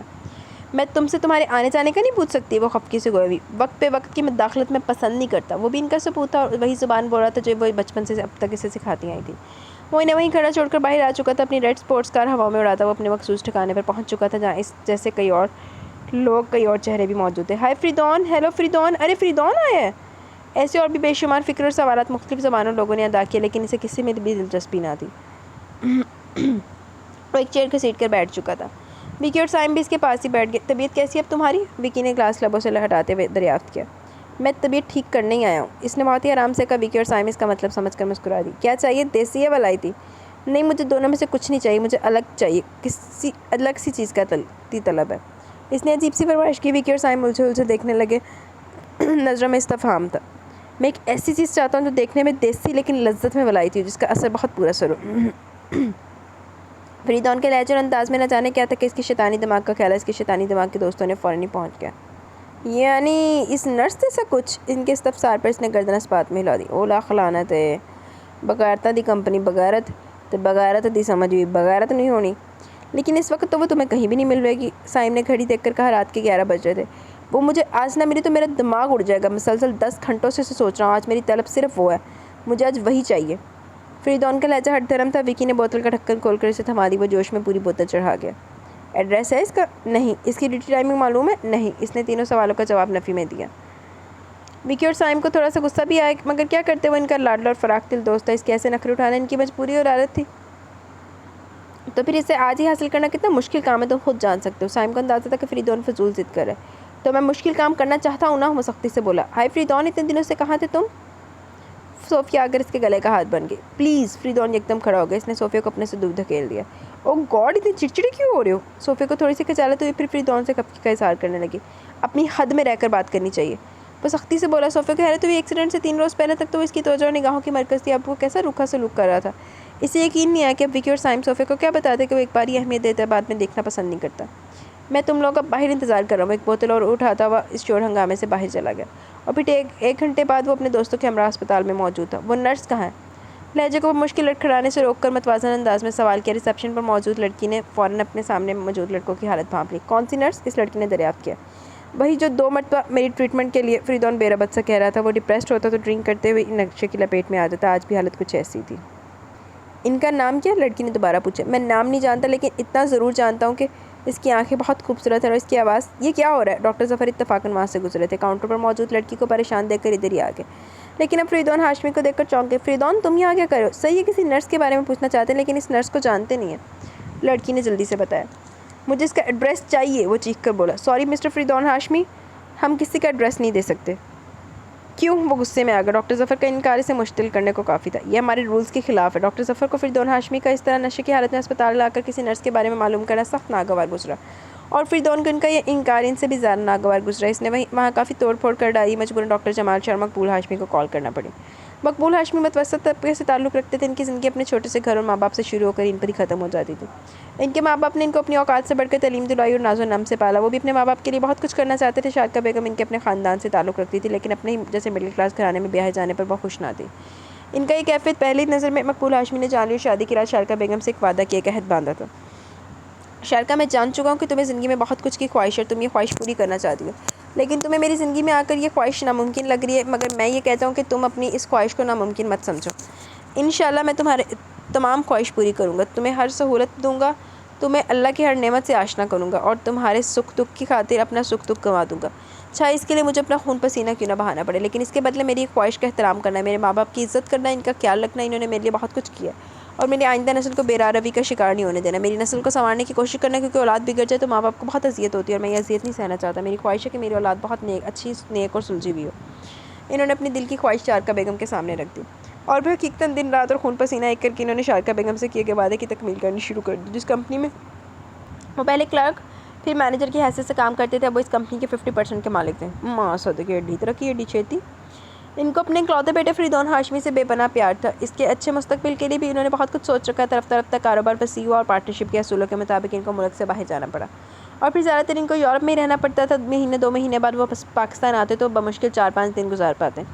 وہ 4-5 دن بھی مختلف کاموں میں گزر جاتے۔ ان کو اپنے ماں باپ کے پاس بیٹھنے کی فرصت ہی نہ ملتی۔ بیٹے کے متعلق بیوی سے پوچھتے تو پتہ چلتا کہ ان کا بیٹا بہت ذہین، لائق فائق اور ہونہار ثبوت ہے۔ وہ اسی پر مطمئن ہو جاتے۔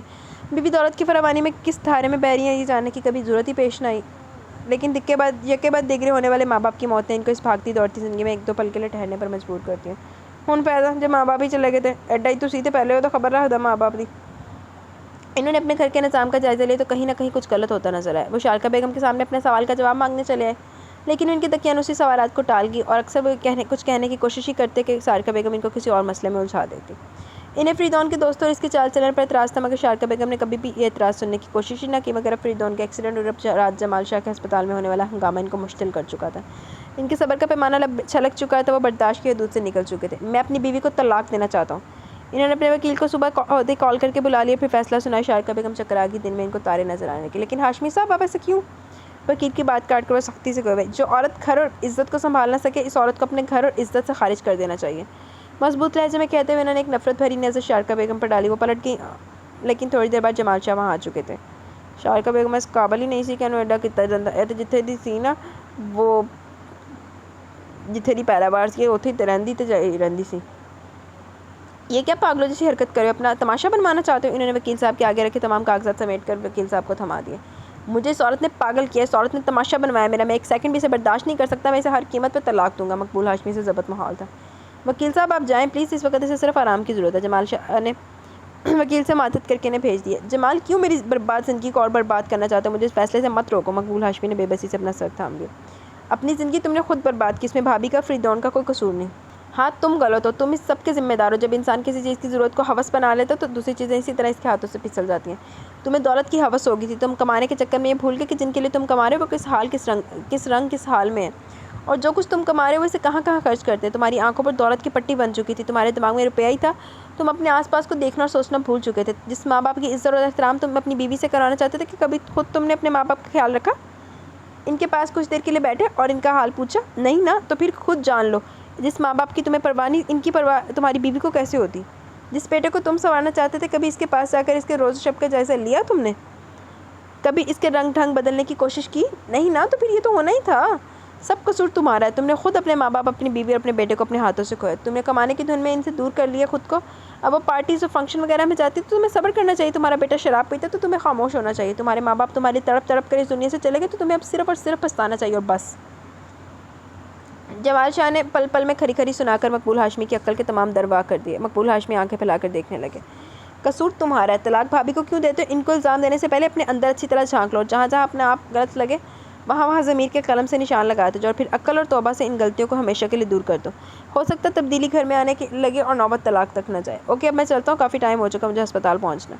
وہ رسٹ واچ دیکھ کر اٹھ کھڑے ہوئے۔ مقبول ہاشمی کچھ بھی نہ کہہ سکے۔ ان کا غصہ، ان کی نفرت، ان کے الفاظ خود ان کے سامنے رقص آتے دماغ میں جھکڑ سے چلنے لگے تھے۔ فریدون ہر حال میں اس نرس کو دیکھنا اور ملنا چاہتا تھا۔ اس رات کو ہونے والے ہنگامے کے باوجود آج وہ پھر ہسپتال میں موجود تھا، اور اسے عین الحق کو ڈھونڈنے کی ضرورت ہی پیش نہ آئی۔ وہ سینیاں چڑھتی دکھائی دے گئی۔ فریدون لمبے لمبے ڈگ بھرتا بہت تیزی سے اس کے سامنے آ کر راستے کی رکاوٹ بن گیا۔ Hello nurse. عین الحق اوپری سیڑھی پر قدم رکھتے رکھتے تھم کے رکھ دیتی تو اسے ٹکرا جاتی۔ آپ؟ وہ فریدون ہاشمی کو اپنے سامنے دیکھ کر ٹھٹکی، ماتھے پر کئی شکنیں بھی اجاگر ہو گئیں۔ ہاں، میں آپ سے ملنے اور آپ سے کچھ کہنے آیا ہوں۔ فریدون کا لہجہ کچھ ایسا تھا کہ عین الحق کو لمحہ بھر کے لیے کچھ سوچنا پڑا۔ میں ٹھیک آدھے گھنٹے بعد آپ کو اسٹاف روم میں ملتی ہوں، اس نے انتہائی پرسکون انداز میں کہا۔ فریدون نے اس کے چہرے کو نظر بھر کے دیکھا اور ایک احساس نظر کو چھو گیا۔ اسی احساس نے غالباً اس کو اتنے روز سے بے چین کر رکھا تھا۔ ٹھیک آدھے گھنٹے بعد، وہ دہراتا ہوا اس کے راستے سے ہٹ گیا، اور وہ ٹھیک آدھے گھنٹے بعد وہ اسٹاف روم کی دہلیز پر کھڑا دروازہ نوک کر رہا تھا۔ عین الحق اسٹاف روم سے باہر آ گئی۔ جی، کہاں بیٹھ کر بات کرنا پسند کریں گے آپ؟ وہ کس لہجے میں بات کر رہی تھی وہ نظر انداز کر گیا۔ جہاں آپ کو مناسب لگے۔ فریدون نے شانے اچکائے۔ مجبوراً عین الحق فریدون کے ساتھ اسپتال کے احاطے میں بنے کینٹین تک آ گئی اور ایک الگ اور مناسب ٹیبل کا انتخاب کرتے ہوئے بیٹھ گئی۔ پینٹ کی جیبوں میں ہاتھ پھنسائے کھڑا فریدون اس کی پیروی کر رہا تھا۔ اسے بیٹھنے تک دیکھ کر خود بھی بیٹھ گیا۔ کیا لیں گی آپ؟ اس نے ویٹر کو بلانا چاہا، لیکن عین الحق نے روک دیا۔ کسی چیز کی طلب نہیں ہے، بس آپ اپنی بات کہیں۔ میرے پاس صرف 20 منٹ ہے، مجھے اپنی ڈیوٹی جوائن کرنی ہے، پلیز۔ وہ ہاتھ کا اشارہ کرتے کرتے رک گیا تھا، پھر عین الحق کو دیکھا جو حقیقتاً کچھ بھی لینے کے موڈ میں نہیں تھی۔ جی کہیے، کیا کہنا ہے آپ نے؟ وہ پوری توجہ سے اس کی طرف متوجہ ہوئی۔ عین الحق زندگی میں پہلی بار کسی اجنبی مرد کے ساتھ اس طرح بیٹھ کر بات کرنے پر مجبور ہوئی تھی، کیونکہ وہ جان چکی تھی فریدون ہاشمی ضدی انسان ہے۔ اگر وہ اس کی بات سننے سے انکار کرتی وہ پھر بھی اصرار ہی کرتا، اس لیے بات سن لینا ہی بہتر سمجھا اور اس کے ساتھ یہاں تک آ گیا۔ حالانکہ اندر سے بہت عجیب سا فیل ہو رہا تھا اور فوراً وہاں سے اٹھ جانا چاہتی تھی۔ میں آپ سے دوستی کرنا چاہتا ہوں۔ فریدون نے کوئی بھی تمہید باندھنے کی بجائے سیدھی سیدھی بات کہہ دی۔ عین الحق کو اس جملے کی توقع نہیں تھی۔ اس نے چونک کر فریدون ہاشمی کو دیکھا، وہ نظر کو جھکائے اپنی کی جن کو ٹیبل کی سطح پر گھما رہا تھا۔ وجہ پوچھ سکتی ہوں؟ وہ پرسکون لہجے میں بولی۔ فریدون نے نظر اٹھا کر اسے دیکھا۔ آپ مجھے اچھی لگی ہیں، میں آپ کو پسند کرتا ہوں، وہ صاف صاف کہہ رہا تھا۔ دوستی کرنے کے لیے اچھا لگنا ضروری ہوتا ہے؟ عین الحق بہت تحمل سے سوال کر رہی تھی۔ ہاں، میں تو یہی سوچتا ہوں، دوستی اس سے ہو سکتی ہے جو آپ کو اچھا لگے، جو آپ کو پسند ہو۔ اس کی بات پر عین الحق کے چہرے پر اطمینان بکھر گیا، وہ ریلیکس ہو گئی، آہستہ سے متوازن انداز میں گوئی۔ پھر میری اور آپ کی دوستی ہرگز نہیں ہو سکتی، کیونکہ آپ مجھے اچھے نہیں لگتے، میں آپ کو پسند نہیں کرتی۔ آپ کی بار فریدون نے چونک کر دیکھا۔ عین الحق کچھ کہنے کے بعد کینٹین سے باہر کا منظر دیکھنے لگی۔ وجہ پوچھ سکتا ہوں؟ اسی کے انداز میں دریافت کیا تھا۔ آپ ڈرنک کرتے ہیں، آپ اسموکنگ کرتے ہیں، آپ لڑکیوں سے افیئر چلاتے ہیں، فلرٹ کرتے ہیں، اور میں یہ پسند نہیں کرتی، اس لیے میری آپ سے دوستی نہیں ہو سکتی۔ لیکن میں یہ کام چھوڑ بھی سکتا ہوں، وہ برجستہ بولا۔ نہیں مسٹر فریدون ہاشمی، محض ایک لڑکی کی دوستی حاصل کرنے کے لیے جو ان شخص اپنی عادتیں چھوڑ سکتا ہے، وہ کسی اور چیز کے حصول کے لیے اس دوستی کو بھی چھوڑ سکتا ہے، اور اتنا ہٹ جائی شخص کبھی کوئی رشتہ نہیں نبھا سکتا۔ لیکن میں آپ سے ہر حال ہر قیمت پر فرینڈ شپ کرنا چاہتا ہوں، میں آپ کو پسند کرنے لگا ہوں۔ وہ اس کی بات کاٹ کر اپنی بات کہتے ہوئے پسند پر زور دے کر بولا۔ مسٹر فریدون ہاشمی، آپ فضول میں بحث و تکرار کے چکر میں پڑ رہے ہیں۔ آپ کو مجھ سے دوستی کبھی فائدہ نہیں دے سکتی، کیونکہ نہ تو میں آپ کے ساتھ پارٹیز جوائن کر سکتی ہوں، نہ کلبز میں جا سکتی ہوں، نہ آپ کی باہوں میں باہیں ڈال کر اونچے اونچے کھوکھلے کہکے لگا سکتی ہوں، اور نہ ہی شراب پی کر رات کے 3 بجے تک آپ کے ساتھ گاڑی میں گھومتی ہوئی اپنا ایکسیڈنٹ کروا سکتی ہوں، اور جب میں کچھ نہیں کر سکتی تو اس دوستی کا کوئی جواز ہی نہیں ہے، اس لیے پلیز میرا اور اپنا وقت برباد مت کرے۔ اللہ حافظ۔ وہ وہاں سے اٹھ گئی تھی۔ فریدون اپنی جگہ پر تل ملا کر رہ گئی۔ اسے عین الحق کی حرکت پر بہت غصہ آ رہا تھا، اپنے آپ کو اس طرح غیر رحم کیے جانے پر اس کا پارا ہائی ہو رہا تھا۔ عین الحق کا وجود اور بھی ہلچل کا باعث بننے لگا، اس کا ایک انکار و اقرار میں بدل کر بے چین ہوا۔ اس نے ڈرنک کرتے ہوئے تمام رودار اپنے دوستوں کو سنائی، وہ بھی پرسوچ سے نظر آنے لگے۔ یار تجھے اتنی ٹینشن لینے کی ضرورت نہیں، پہلی بار ہر لڑکی اسی طرح نخرہ دکھاتی ہے، انکار کر کے منفرد ہونے کی کوشش کرتی ہے، اگر وہ انکار بھی نہ کرے تو سوچو ہمیں مزہ کس سے آئے۔ وکی نے خباثت سے کہتے ہوئے آنکھ دبائی۔ فریدون نے خالی گلاس کر کے ٹیبل پر رکھتے ہوئے وکی کو حیرت سے دیکھا۔ ہاں یار سچ کہہ رہا ہوں، ایک دو بار انکار کرے کہ تیرے آتش شوق کو ہوا دے گی، اور جب تم بھڑک جاؤ گے پھر مان جائے گی اور تمہارا سارا کام آسان ہو جائے گا، وکی سمجھا رہا تھا۔ وکی میں بھڑکنے بھڑکانے میں اتنا صبر نہیں کر سکتا، میں صرف ایک بار اسے حاصل کرنا چاہتا ہوں، چاہے جیسے بھی ہو۔ فریدون کا لہجہ سخت تھا۔ وکی نے اسے گھور کے دیکھا۔ تو پھر کرو حاصل۔ اس نے فریدون کو اس کے ہاتھ پر چھوڑ دیا۔ فریدون 3 دن بعد پھر اس کے سامنے تھا۔ جی فرمائیے، اب کیا پرابلم ہے آپ کو؟ وہ اسپتال کے ہاتھے سے باہر نکلی تھی جب ریڈ سپورٹس کار سے نکل کر وہ اس کے مقابلے آ کھڑا ہوا۔ میں آپ سے دوستی کرنا چاہتا ہوں۔ وہی ضدی ہٹ درم سا انداز اپنائے وہ وہی بات دہرا رہا تھا جس سے وہ 3 روز پہلے بھی انکار کر چکی تھی۔ عین الحق نے نظر اٹھا کر اپنے سامنے کھڑے فریدون ہاشمی کو سرتا پا دیکھا۔ بلیک جینس پر ریڈ چیک کی شرٹ پہنے، اس پر بلیک لیدر جیکٹ چڑھائے، اپنے تیکھے نین نقوش کے ساتھ وہ حقیقتاً ایک بگڑا ہوا امیرزادہ لگ رہا تھا اور اپنے حلیے سے نظر بھی آ رہا تھا۔ لیکن میں انکار کر چکی ہوں، اس نے پہلی بار فریدون کے ساتھ لہجہ سخت اختیار کر کے کہا۔ انکار ہمیشہ انکار نہیں رہتا، اقرار میں بھی بدل سکتا ہے۔ مسٹر فریدون ہاشمی، وہ لڑکیاں اور ہوتی ہوں گی جس کے دھوکے میں آپ میرے پیچھے بھاگ رہے ہیں۔ میرا انکار آپ کبھی بھی اقرار میں نہیں بدل سکتے، یہ بات آپ کو ذہن میں رکھ لینی چاہیے۔ وہ کہہ کر سائڈ پر ہوئی اور گزر جانا چاہا، لیکن وہ دوبارہ اس کے سامنے آ گیا۔ لیکن ایک بات آپ کو بھی ذہن میں رکھ لینی چاہیے کہ میرا نام بھی فریدون ہاشمی ہے، جو کہتا ہوں کر کے رہتا ہوں۔ ماں صدقے جائے ڈتو راؤڈی رٹھور کہ جو میں کہتا ہوں میں کرتا ہوں، اور جو میں نہیں کہتا ہوں تو میں ڈیفینیٹلی کرنا دور بیٹے حال۔ مسٹر فریدون ہاشمی، آپ کو شاید احساس نہیں ہے کہ ایسے رشتے زبردستی نہیں بنتے بلکہ خود بخود بن جاتے ہیں۔ اس نے ذرا تحمل اور سکون سے اس کو سمجھانے کی کوشش کی۔ میں بن جانے کا ویٹ نہیں کر سکتا، میں بنانا چاہتا ہوں۔ آپ اپنی دوستی کی شرائط بتا دیں، میں پوری کروں گا۔ وہ خپتی سا آدمی اسے بھی پاگل کرنے کا ارادہ رکھتا تھا۔ دیکھیں جب میں دوستی نہیں کرنا چاہتی تو شرائط کیوں رکھوں؟ اور ایک بات بتا دوں، جو شرائط پہ وہ دوستی نہیں ہوتی، سراسر دغا اور دھوکہ ہوتا، کھلی سودے بازی ہوتی اور کچھ نہیں۔ وہ اسی طرح کی دلیلوں میں الجھا رہی تھی لیکن وہ کسی میں بھی الجھ نہیں رہا تھا۔ جو بھی ہوتا ہے مجھے قبول ہے۔ عین الحق کا جی چاہا اپنا ماتھا پیٹ لے، لیکن اس وقت وہ کچھ بھی نہیں کر سکتی تھی۔ ارے عین، ابھی تک یہاں کھڑی ہو؟ تمہیں دیر نہیں ہو رہی؟ اس کی کولیگ باہر نکلی تو اسے دیکھ کر رک گئی اور پھر عین الحق کو فریدون ہاشمی کے ساتھ کھڑے دیکھ کر ٹھٹک گئی۔ ہاں میں بھی نکل ہی رہی ہوں، چلتے ہیں، اللہ حافظ۔ عین الحق فریدون کے پاس سے گزر کر اپنی کولیگ کے ساتھ آگے بڑھ گئی۔ فریدون نے دور تک اس نے اپنی نظروں کی زد میں رکھا۔ تو نرس صاحبہ گھیٹ ٹیڑھی انگلیوں سے نکلنا چاہتا ہے، کوئی بات نہیں، یہ بھی کر دیکھیں گے۔ وہ کمینگی سے مسکراتا ہوا وہاں سے اپنی گاڑی نکالنے لگا۔ سی ڈی پلیئر آن کر کے والیوم فل کر دیا۔ پتہ نہیں کڈے کمینے تے بغیرت مرے ہون گے جدوں تے اے پیدا ہویا ہوئے گا mister Faridoon Hashmi. Any please صبر سے کام لو، انشاءاللہ بابا ٹھیک ہو جائیں گے، معمولی سا بخار ہے، اتر جائے گا۔ آئلہ نے 2 دن سے بھوکی پیاسی عین الحق کو کندھے سے لگا کر دلاسا دیا۔ عظیم نیازی کو پچھلے 3 دن سے انتہائی تیز بخار تھا اور آج ڈاکٹر جمال شاہی نے بہتر ٹریٹمنٹ کے لیے ہسپتال لے کر جا رہے تھے، لیکن وہ سب عین الحق کی بکھری بکھری سی حالت دیکھ کر پریشان ہو چکے تھے۔ وہ اپنے بابا کو بیمار دیکھ کر حوصلہ کھو دینے کو تھی۔ اس نے کھانا پینا چھوڑ دیا تھا، وہ کوئی بھی عظیم دکھ سہنے کی طاقت نہیں رکھتی تھی۔ چھوٹی سی عمر میں بہت اذیت دیکھ لی تھی، اب دکھ کا تصور ہی سہانے روح تھا۔ وہ 3 دن سے بھوکی پیاسی تھی۔ ہسپتال جانے سے پہلے بھی جمال شاہ اور آئلہ سے کھانا کھانے کے لیے اسٹارٹ کرتے رہے، مگر وہ نہ مانی۔ ہسپتال میں بھی جمال شاہ کو اسی طرح کی فکر رہی تھی۔ وہ اس کے بازو کے حصار میں لے کر اپنے آفس میں آ گئے۔ بیٹھو بیٹا۔ عین الحق بیٹھ کے، رخسانہ آنٹی بھی وہاں تھی، وہ دونوں میاں بیوی اس کی طرف ہمت وجہ تھے۔ دیکھو بیٹا، اپنے بابا کا حوصلہ اور سہارا صرف تم ہو، وہ تمہارے دم سے جی رہے ہیں، تم مضبوط ہو تو وہ بھی مضبوط ہے، اور اگر تم ہی ہمت ہار جاؤ گی تو تمہارے بابا کو بالکل ہی ہار جائیں گے۔ رخسانہ آنٹی نے نرمی سے اس کے کندھے پر اپنا ہاتھ کا دباؤ ڈال کر کہا۔ ان کی بات سن کر عین الحق کی آنکھوں میں آنسو آ گئے۔ آنٹی، میرے بابا نے زندگی میں بہت دکھ دیکھے ہیں، بہت تکلیفیں سہی ہیں، انہوں نے شاذ و نادر خوشی دیکھی ہوگی، لیکن پھر بھی میں نے آج تک ان کے پیشانی پر ماتھے پر پریشانی کی ایک سلوٹ تک نہیں دیکھی، مگر ان چندوں میں نے ان کو پریشان دیکھا اور وہ نہ جانے۔ عین الحق کہتے کہتے رو پڑی۔ جمال شاہ نے بیوی کو دیکھا، وہ عین الحق کو سنبھالنے لگی۔ انہوں نے کس طرح سمجھا بچا کے عین الحق کو رخسانہ آنٹی کے ساتھ اپنے گھر بھجوایا تھا، جہاں زری اور نومی سے دیکھ کر کھل اٹھے۔ عین آپی، واؤ، مزہ آئے گا، نومی اپنے بال اچھالتے ہوئے خوشی سے چہکا۔ کیسے ہو تم دونوں؟ عین الحق نے ان کے بال بکھیر کر پیار سے پوچھا۔ ہم تو ٹھیک ہیں، آپ ٹھیک نہیں لگ رہی۔ زری کا مشاہدہ تیز تھا، وہ عین الحق کی پریشانی اس کے چہرے سے بھانپتی تھی۔ ارے سب ٹھیک ہے بیٹا، ابھی جاؤ کھیلو، آپ کی آپی کو تھوڑا آرام کرنا ہے، بعد میں باتیں کر لینا۔ انہوں نے اپنے بچوں کو وہاں سے نکالنا چاہیے، انہیں پتہ تھا کہ وہ عین کو آرام نہیں کرنے دیں گے۔ تو کیا آپی صرف آرام کرنے آئیں گی، ہم سے باتیں نہیں کریں گی؟ نومی نے خفگی سے کہا۔ کریں گی باتیں، لیکن ریسٹ کرنے کے بعد۔ Okay, you may go now, انہوں نے گھور کر کہا۔ تو دونوں بہن بھائی سر جھکا کر نکل گئے۔ ڈاکٹر رخسانہ جمال عین الحق کو ٹیبلٹ کھلا کر کمرے سے باہر آ گئے۔ انکل، بابا کیسے ہیں؟ جمال شاہ صبح ناشتہ کرنے گھر آئے تو عین الحق کو کافی بےتاب بیٹھے دیکھا۔ ایک بات بتاؤ بیٹا، تمہارے بابا پر ہی صرف تمہارا ہی حق ہے؟ وہ اپنا کوٹ صوفے پر ڈال کر خود بھی بیٹھ گئے تھے۔ عین الحق ان کا مطلب نہیں سمجھی، اور جب سمجھی تو شرمندہ ہوگی۔ آئی ایم سوری انکل، میں جانتا ہوں کہ تمہیں اپنے بابا سے بہت پیار ہے، لیکن یہ بھی تو دیکھو، رات بھر ان کے پاس ان کی بڑی بیٹی تھی، اس کا دوست تھا، اس کا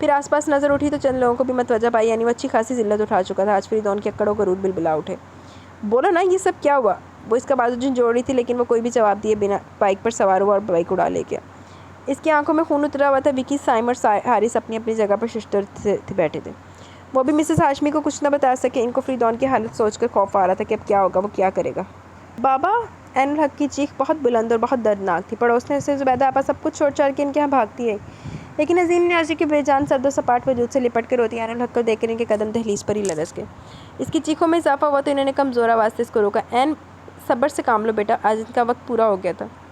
نہیں خالہ، ابھی میں نے ان کو وضو کروایا تھا اور انہوں نے فجر کی نماز پڑھی تھی۔ وہ مجھے ناشتہ تیار کرنا تھا اور قرآن پاک کی تلاوت بھی کرنا تھی۔ میں چلی گئی اور بابا میرا انتظار کر رہے تھے نا، میں آ گئی ہوں، لیکن یہ نہیں بول رہے خالہ، میرے بابا کو کچھ مجھ سے بات کریں۔ وہ پاگلوں کی طرح بے ربط اور ٹوٹے پھوٹے لفظوں میں اپنی بات کہہ رہی تھی اور زبیدہ آپا خود روتے ہوئے ان کے قریب بیٹھ گئی۔ ہاں بیٹا، یہ سب ہو چکا۔ تیرے بابا نے نماز پڑھی تھی، وضو کیا تھا اور اب اپنے خالق حقیقی کے پاس نہیں، وہ مجھے چھوڑ کر کہیں بھی نہیں جا سکتے۔ وہ یکدم چیخی اور پھر اسی طرح اس حقیقت کو چیخ کر جھٹلاتی رہی، لیکن جو ہونا تھا وہ ہو چکا تھا۔ تقدیر اپنا وعدہ پورا کر چکی تھی اور تقدیر کو اپنا وعدہ پورا کرنے سے کوئی نہیں روک سکتا تھا، کیونکہ کاتب تقدیر کا لکھا اٹل تھا، ازل سے ابد تک کبھی نہ مٹنے والا۔ عائلہ جمال شاہ، مسز رخسانہ جمال، زبیدہ آپا، ان کے گھر والے سبھی اس دھچکے سے گزر رہے تھے، مگر عین الحق کے لیے یہ دھچکا بہت بڑا تھا۔ وہ بہکی بہکی باتیں کر رہی تھی۔ عین پلیز پانی پی لو۔ عائلہ کے اپنے آنسو رخسارہ پر بہہ رہے تھے، لیکن پھر بھی وہ اس پاگل پن سے نکالنا چاہتی تھی۔ آپی، رات اتنی دیر تک جمال انکل بابا کے پاس بیٹھے رہے، ان کے ہنسنے کی آواز میرے کمرے تک آ رہی تھی، پھر صبح کو کیسے وہ مجھے چھوڑ کر جا سکتے ہیں؟ عین الحق عجیب ہذیانی انداز میں کہہ رہی تھی۔ جمال شاہ بے اختیار عین الحق کو بازو کے گھیرے میں لے کر رو پڑے اور بہت سی آنکھیں بھی بے اختیار رو پڑی۔ حقیقتاً عین الحق کا دکھ کہہ رہا تھا، آج وہ بے سر و سامان ہو گئی تھی۔ عظیم نیازی کی تینوں بہنیں بھائی کی موت کا سن کر گھڑی دو گھڑی کے لیے آئیں، پھر چلی گئی۔ لعنت اللہ دی بھیڑاں تے، لاکھ دی لعنت۔ عائلہ کو بھی یہاں آئے ہوئے 2 ہفتے ہو چکے تھے اور بیاض کی ماں نویدہ بیگم اتنے لمبے قیام پر ناک بھون چڑھانے لگی تھی۔ رخسانہ آنٹی رات کو عائلہ اور عین الحق کے پاس ہی رک جاتی تھی اور عائلہ کو ان کی اس مہربانی کا اچھی طرح احساس تھا، اس لیے اتنے اب ان کو روک دیا کہ تکلیف نہ کیا کرے، گھر میں زری اور نومی ڈسٹرب ہوتے ہوں گے۔ یہی بات انہوں نے جمال شاہ کو کہہ دی۔ وہ ہسپتال سے ہوتے ہوئے ان کی طرف آ گئے۔ عائلہ بیٹا، تم اپنے گھر کب جا رہی ہو؟ عائلہ نے چونک کر جمال شاہ کو دیکھا سوال لیا تھا۔ میرا خیال ہے تمہیں اب جانا چاہیے، ایاز ڈسٹرب ہوتا ہوگا، تم دونوں اس حال میں ہوگی تو تمہارے بابا کو تکلیف ہوگی، اور تم تو اچھی طرح جانتی ہو کہ تمہارے بابا کو رونا آنسو بہانا قطعی ناپسند تھا۔ انہوں نے عائلہ کا سر تھپکا، وہ سر جھکائے رو رہی تھی۔ لیکن انکل، عین الحق کس کے پاس؟ عین الحق میری بیٹی ہے، میری ذمہ داری اور میرے پاس میرے گھر میں رہے گی، تم لوگوں کو اس کے لیے پریشان ہونے کی ضرورت نہیں ہے۔ عائلہ انہیں دیکھتی رہ گئی اور پھر انہوں نے پیغام بھیج کر عین الحق کی تینوں پھپھیوں، عائلہ کے سسرال والوں اور جن محلے والے جانے والوں کو بلا کر اپنا فیصلہ سنایا اور سب کے سامنے اپنے دوست کی بیٹی کو اپنی بیٹی سمجھ کر اپنے گھر لے جانے اور اس کی ذمہ داری اٹھانے کا اعلان کیا، اور یہ بھی کہا کہ اگر کسی کو اعتراض ہے تو بات کر سکتا ہے، مگر کسی نے بھی اعتراض نہ کیا، کیونکہ تنہا اکیلی خالی ہاتھ اور خالی دامن لڑکی کو کوئی بھی اپنی ذمہ داری نہیں لے سکتا تھا، اور جمال شاہ اپنے دوست سے کیا ہوا وعدہ نبھاتے ہوئے عین الحق کو اپنے گھر لے آئے۔ جی تو گائز، یہاں پہ ہمارا ایپیسوڈ اپنے اختتام کو پہنچی۔ کیسی لگی ایپیسوڈ؟ اپنی رائے کا ضرور اظہار کیجیے گا۔ انشاءاللہ کل ملیں گے، کل ہوپ فلی اس کا لاسٹ پارٹ ہوگا، ٹھیک ہے؟ تو دعاؤں میں یاد رکھیں۔ مجھے اجازت دیں، میں چلتی ہوں تاکہ آپ کو جلدی سے ایپیسوڈ مل سکے۔ میں جتنی جلدی جاؤں گی اتنی جلدی آپ کو ایپیسوڈ ملے گی، ٹھیک ہے؟ تو میں نے اجازت دیں، چلتے ہیں، اللہ حافظ۔